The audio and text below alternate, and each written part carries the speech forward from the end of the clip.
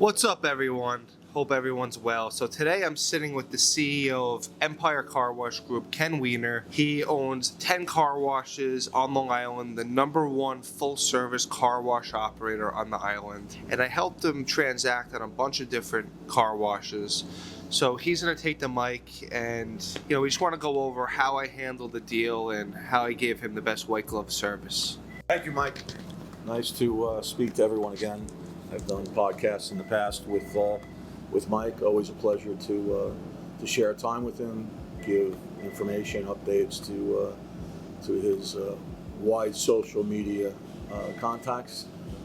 I can start out by saying that Mike is great.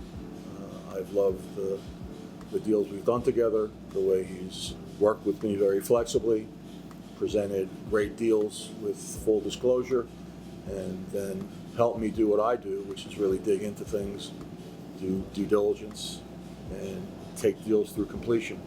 So we've got deals that we are very proud of, for which the value proposition has great upside and produces great cash flow, and also will reflect very well in our ultimate exit and roll-up, which will happen some time from now. But the continued goal is to keep building Empire Car Wash, making it the best Empire, the full-service car washes that you'll find anywhere, with the greatest transparency, the best service, and the best business model. So Mike contributes to that very significantly through his professionalism, through his contacts, through his diligence, through his ability to stay calm during storms and focus on helping getting things done without having a huge ego, and being willing to listen, learn, and contribute along the way. So I'm grateful for what Mike has done and look forward to what we'll do together. I'm proud and honored to have Mike wanting to actually invest in the Empire Group. It says a lot about him and the trust we built. It says a lot about our group. And Mike is positioned to help us add value, continuing to learn. We learn from each other, learn and grow along the way. And this will only help what Mike has built, Headstone, which is a fantastic platform, unlike others in the business brokerage community. It's grown fast over the last 4 years. Bigger doesn't mean better, but smart growth is good growth. Mike has achieved that, so my compliments. He's taken good input in terms of certain messages, such as you can't be everything everywhere all at once. So that's my lines to tell him to slow down. You can't have every deal. There's always a deal around the corner. You can't work on every deal. They may not be as good, and you want to deal with the right sellers and the right buyers and do good business. That's how you build and retain a reputation. Stay away from those who are less reputable, who aren't transparent, who can't stand behind their business, prove the value of their business, and look out for the red flags along the way. And Ken, just first of all, I really appreciate that a lot.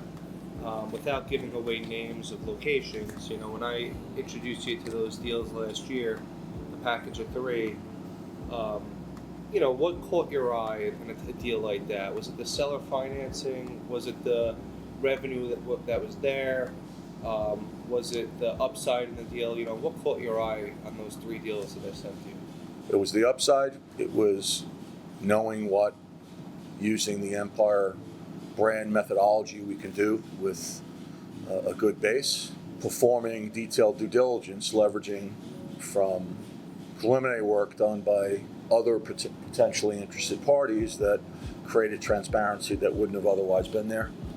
Without that transparency, I wouldn't have done these deals. They were complex, they were thorny, there were multiple challenges to deal with. We dealt with them professionally. Mike helped with that, and it was a learning experience, building experience, and I'd say that our employees, our investors, the operating partners and owners who work every day and slave themselves to have helped me as the CEO and to build Empire, it's gratifying.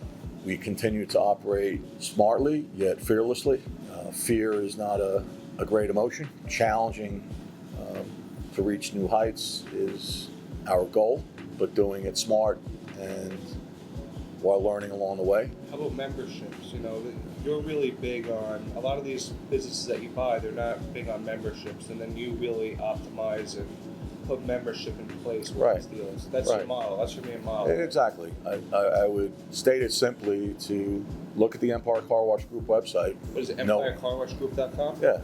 Know who we are. Those in the industry will note that, or those in general business will note that we're not coming across as just some car wash. We're very transparent. Good service and customer experience drives everything.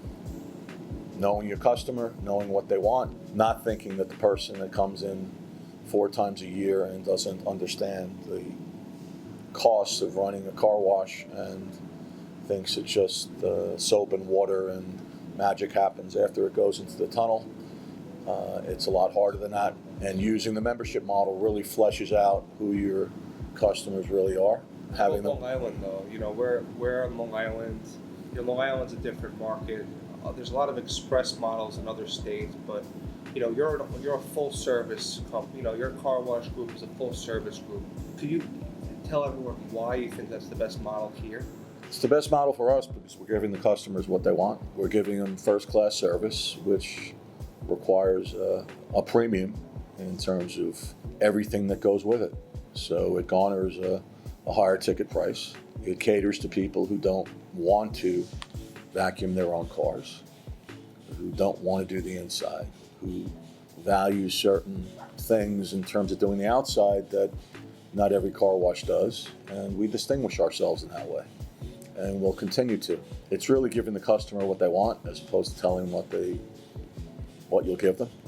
And I understand why a lot of other private equity groups focus on the express model because that's dominating the country. A lot of these groups do research and they have people coming to them and explaining to them why they should be afraid of labor and take the labor out. And that's the biggest expense in this business, right? Is labor. The biggest expense is labor, and I would rather give the customer what they want and hire people, retain them, provide them with meaningful work, value what they do, and that's how you build the economy.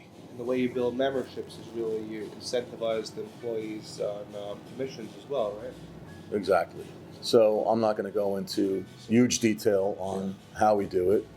I'm not saying that it's magic, but a lot of thought went into it, and it's what I would call our secret sauce. We know how to do it.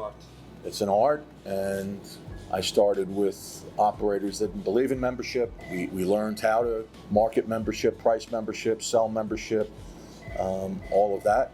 Spend as much time training people that work for us that membership isn't for everyone, and you're not selling membership just so you can get a commission. And we have the analytics that will tell us if people are pushing membership on people that it's not right for. It's not a gym model.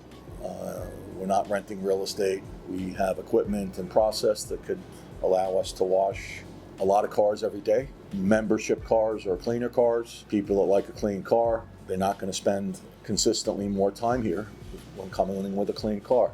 So everything moves more quickly. It's better for the employees because it makes their day go, and providing a good result. They continue to get tips. Picture a slow car wash where not a lot of cars come through, or cars are not serviced to the highest standard. That's not an environment where employees are motivated, going to make the most tips, or they, might even be tempted to just give away stuff that doesn't come with your packages. We've thought about this from all angles, deeply. We run ourselves in a small business field with applying corporate institutional practices that work. Benefit from background that I came in with, which I've talked about on prior podcasts, so really not here to talk about what I did. Here to talk about why I'm proud of what we have, proud to work with Michael, and why we'll continue to do lots of good things together for mutual benefit and the benefit of Empire Car Wash Group investors, passive investors, which there are, active shareholders who work at this every day, which I'm the largest, which I insist on being as the chief executive. If I don't believe in something and have all my, a significant amount of money in it, then that's like being an employee. I left corporate America not to be an employee anymore. I'm not going to be an employee again, and fortunately, we've been successful. So it's been a great journey through this short point. Over 7 years since Empire Car Wash Group. Wow. Started from infancy. It's not even that long. 7 years, 10 Right. locations.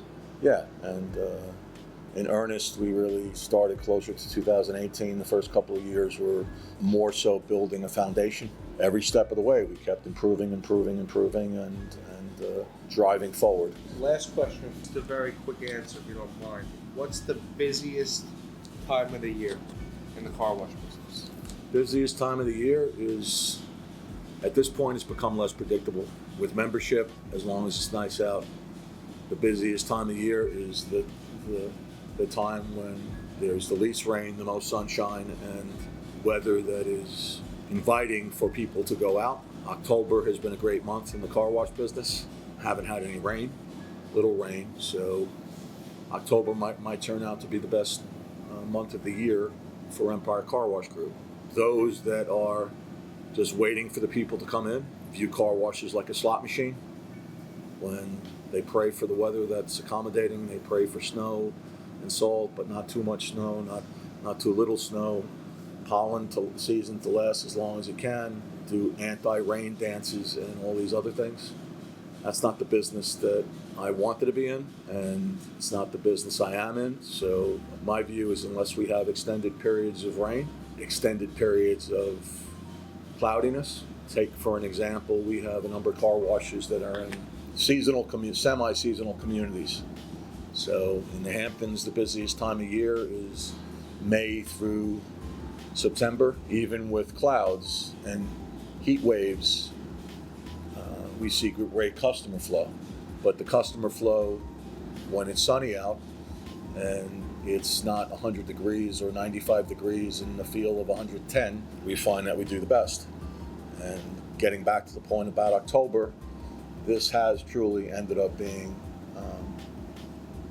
take the Hamptons, it's the best month we've had of the year. And that is contrary to the notion that summertime is the busiest time of year, because at least in our Hampton Bays location, there's year-rounders, there's people that want to come up anytime they can to enjoy their house in both Hampton Bays and West Hampton. I'm very pleased. I'll leave it at that. It's great. Thanks, Thank you Mike. so much. I appreciate it. Same.